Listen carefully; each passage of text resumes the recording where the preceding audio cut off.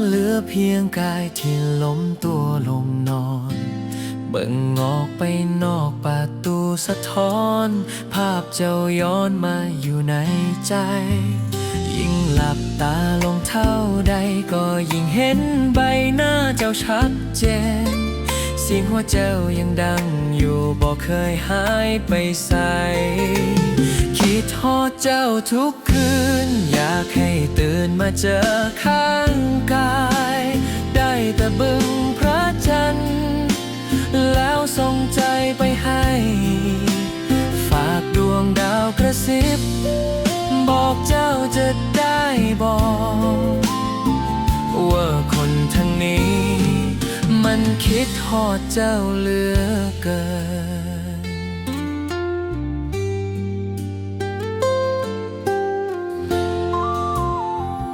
จับรูปถ่ายใบเก่าที่เฮาเคยคู่กันรอยยิ้มของเจ้านั้นบอกเคยเลือนลบไปทุกสถานที่ที่เฮาเคยเดินผ่านมันคอยย้ำเตือนว่าคอยเคยมีเจ้ายิ่งหลับตาลงเท่าใดก็ยิ่งเห็นใบหน้าเจ้าชัดเจนสัมผัสของเจ้านั้นยังอุ่นอยู่ในหัวใจคิดฮอดเจ้าทุกคืนอยากให้ตื่นมาเจอข้างกายได้แต่บึงพระจันทร์แล้วส่งใจไปให้ฝากดวงดาวกระซิบบอกเจ้าจะได้บอกว่าคนทางนี้มันคิดฮอดเจ้าเหลือเกินบอกว่าเจ้าทางนั้นจะเป็นเหมือนกันหรือบอกในค่ำคืนที่เหงาใจจะคิดฮอดคอยหรือบอก